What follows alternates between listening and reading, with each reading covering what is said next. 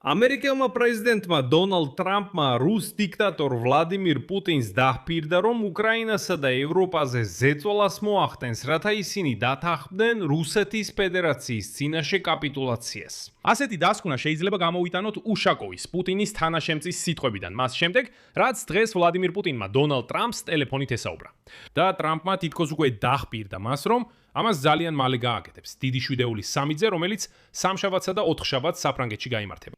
თითქოს ტრამპი მართლაც პირდება, რომ მოახდენს ზეწოლას უკრაინასა და ევროპაზე, რათა ისინი უფრო დამთმობნი იყვნენ. გავრცელდა ინფორმაცია, რომ პუტინმა დღეს კიდევ ერთხელ უჩივლა დონალდ ტრამპს. ეჩივლა და უთხრა, რომ უკრაინა თითქოს ისე უტევს მშვიდობიან სამხედრო ქარხნებსა და სამოქალაქო საწყობებს საბრძოლო მასალებით რუსეთში.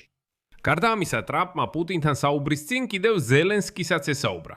და ზელენსკიმ უბრალოდ აღნიშნა, რომ არსებობს გარკვეული იდეები რუსეთის ომში უკრაინის წინააღმდეგ მშვიდობის დამყარების შესახებ. უკვე ცნობილია, რომ სამშაბათსა და ოთხშაბათს ტრამპი და ზელენსკი ერთად იქნებიან დიდი შვიდეულის სამიტზე პარიზში. და იქ შესაძლოა მათი პირადი შეხვედრაც შედგეს. მაგრამ რაც უკვე ზუსტად ცნობილია, არის ის, რომ დიდი შვიდეულის ლიდერები ტრამპთან ერთად განიხილავენ უკრაინასა და რუსეთს შორის მშვიდობის მოლაპარაკებების პირობებს. და აშკარაა, რომ ეს სატელეფონო საუბრები ტრამპსა და ზელენსკის, ასევე ტრამპსა და პუტინს შორის იყო ერთგვარი მოსამზადებელი ეტაპი იმისთვის, რომ ევროპელ ლიდერებთან რაღაც ქონოდათ განსახილველი. და სამწუხაროდ, ტრამპს ახლა ნამდვილად შეუძლია კვლავ დაიწყოს მოსკოვის რიტორიკის გატანა. აშკარაა, რომ პუტინმა მას ისე უთხრა, თითქოს უკრაინა ბომბავს რუსეთს, ისევ უჩიოდა. და ტრამპის რიტორიკის ცოდნით შეიძლება ძალიან კარგი შედეგი ვერ მივიღოთ. მოკლედ, მოდით განვიხილოთ ეს თემა, ტრამპისა და პუტინის ეს საუბარი და რა იქნება შემდეგ. მე მქვია ალექსეი პეჩი, მოდით ერთად განვიხილოთ ეს საკითხი. მაგრამ სანამ დავიწყებ, ტრადიციულად გთხოვთ, გამოიწეროთ ეს YouTube არხი, დაალაიკოთ და დაწეროთ ნებისმიერი თქვენი ვრცელი კომენტარი ამ გამოშვების ქვეშ. ეს ძალიან დაეხმარება კონტენტის პოპულარიზაციას YouTube-ზე და ამისთვის ძალიან მადლიერი ვიქნები. ასე რომ დღეს თავის იუბილეზე დონალდ ტრამპს 80 წელი უსრულდება. ამერიკის პრეზიდენტმა ტელეფონით ესაუბრა უკრაინის პრეზიდენტ ვლადიმირ ზელენსკის და რუსეთის მელოთ დიქტატორ ვლადიმირ პუტინს. მოდით დავიწყებ იმ ინფორმაციით, რაც ცნობილია დონალდ ტრამპისა და ვლადიმირ ზელენსკის საუბრის შესახებ. შემდეგ კი გადავიდეთ ტრამპისა და პუტინის საუბარზე.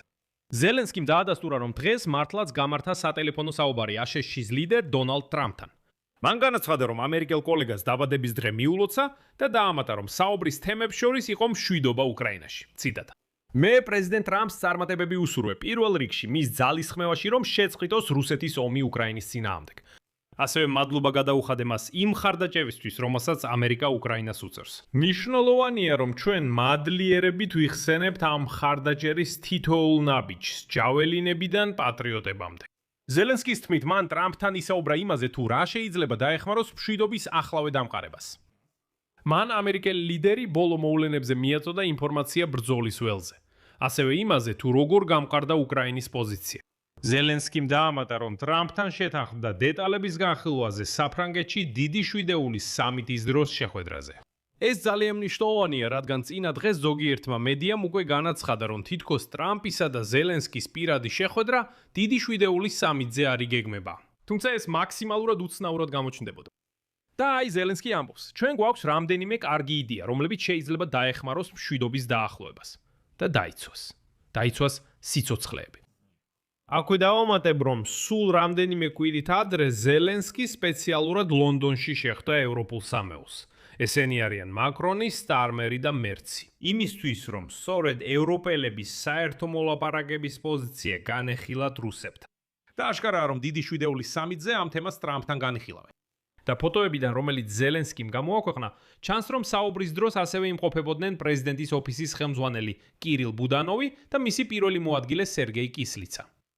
და ზუსტად მას შემდეგ, რაც ტრამპმა ზელენსკისთან საუბარი დაასრულა, მან უკვე რუსეთის დიქტატორ ვლადიმირ პუტინს დაურეკა. ამის შესახებ დღეს რუსეთის ფედერაციის პრეზიდენტის თანაშემწემ იური უშაკოვმა განაცხადა.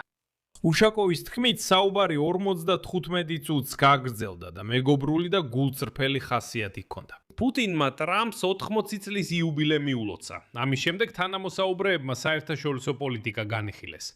კერძოდ განხილული იქნა აშშ-სა და ირანს შორის მომზადების პროცესში მყოფი სამშვიდობო ხელშეკრულების საკითხები. უშაკოვის თქმით, ტრამპმა განაცხადა, რომ მოლაპარაკებების შედეგები შესაძლოა დღეს გახდეს ცნობილი. თუმცა საერთოდ რა საქმე აქვს რომელიმე დიქტატორ პუტინს, რა ხდება იქ? ასევე აღინიშნა, რომ ტრამპმა გაამახვილა ყურადღება უკრაინაში ომის შეწყვეტის აუცილებლობაზე.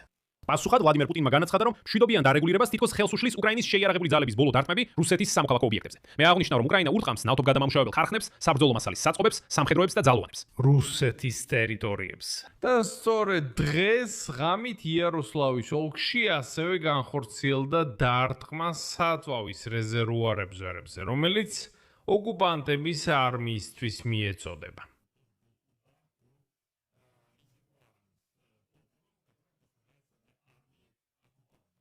უშაკოვმა დაარწმუნა, რომ ასეთი დარტყმები უკრაინის მხრიდან არასოდეს შეცვლის ფრონტზე სიტუაციას, რომ ასეთი დარტყმები უკრაინის მხრიდან არასოდეს შეცვლის მდგომარეობას ბრძოლის ველზე. ის ამბობს, ჩვენ საერთოდ არ გვაინტერესებს ეს, მაგრამ რატომღაც ისევ ტრამპს უჩივია.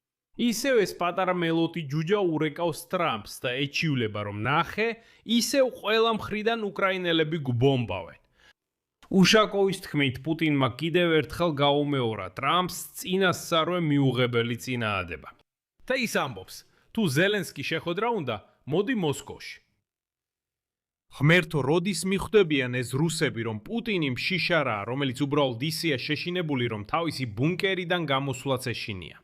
უკვე იყო ვლადიმირ ზელენსკის ღია წერილი პუტინს და მან თქვა, მოდი დავადგინოთ თარიღი, ადგილი და ბოლოს შევხვდეთ. გეყოფა შიშისგან ჩაჯმა, რას გეშინია? მოდი უკვე ბაბუა გამოძვერი შენი ბუნკერიდან, მოდი შევხვდეთ. დაასახელე ადგილი და ასახელე დრო. ნეიტრალურ ტერიტორიაზე შევხვდით, ვისაუბრეთ. პუტინმა ხომ თქვა, მე აზრს ვერ ვხედავ.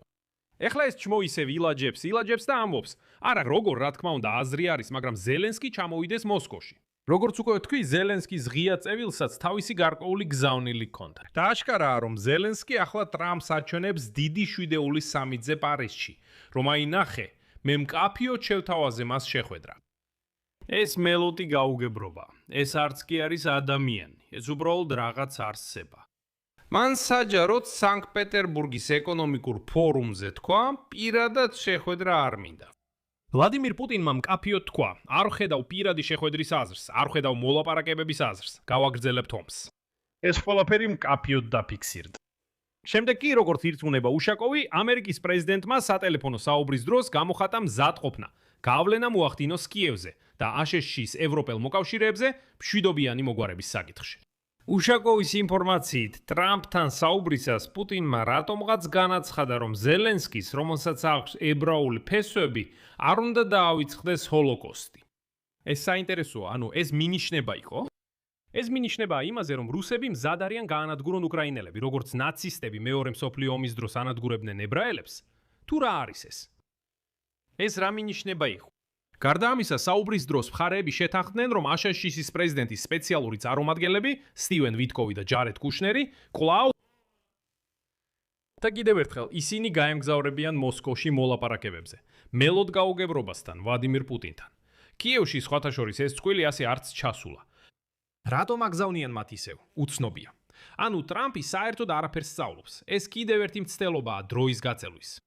და აი ამ ორი სატელეფონო საუბრის შემდეგ დონალდ ტრამპსა და ზელენსკისთან და პუტინთან გახდა ცნობილი, რომ დიდი 7.3 სამიტზე, რომელიც 15-დან 17 ივნისამდე გაიმართება საფრანგეთის ევიანში, ევროპელი ლიდერები აშშ-ის პრეზიდენტ დონალდ ტრამპთან ერთად განიხილავენ პირობებს რუსეთსა და უკრაინას შორის მშვიდობის მოლაპარაკებებისთვის.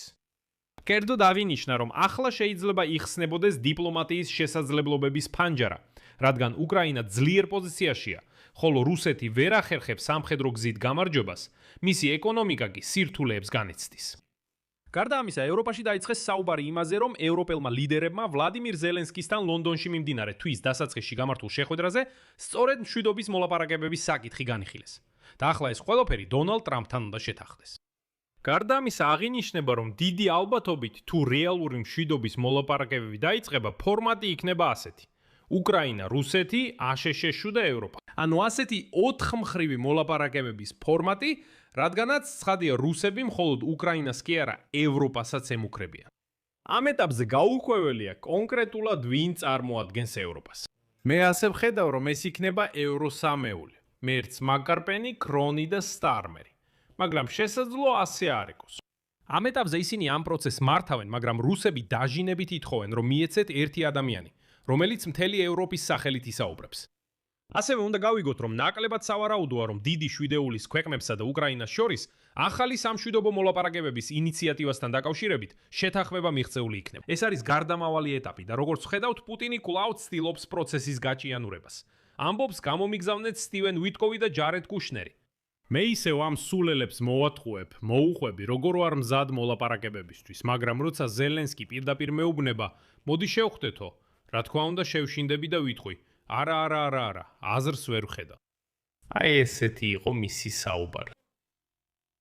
და აშკარაა, რომ ახლა ევროპა ცდილობს ინიციატივის ხელში აღებას და განსაკუთრებით ცდილობს, როგორმე გავლენა მოახდინოს დონალდ ტრამპზე. მაგრამ როგორ მოიქცევა დონალდ ტრამპი, ჯერ უცნობია. აშკარაა, რომ ტრამპი ჯერ კიდევ ექვემდებარება ამ რუსულ პროპაგანდას და როგორც ხედავთ, 80 წლის მოხუცი ყურადღებით უსმენს, რას ეუბნება მას, ასევე მოხუცი ვლადიმერ პუტინი. ხოლო პუტინი უყვება, რომ უკრაინა თავს ესხმის წმინდა და უმანკო რუსეთს. გესმით, ამბობს, დრონები და რაკეტები ისევ რუსულ ქალაქებზე მიფრინავენ და ნავთობ გადამამუშავებელ ქარხნებს ურტყამენ. ვითომ ეს რა ხდება? მაგრამ ისევ და ისევ პუტინი ამბობს, რომ არაფერია საშიში. კითხვა ისაა, თუ არაფერია საშიში, რას წუწუნებ?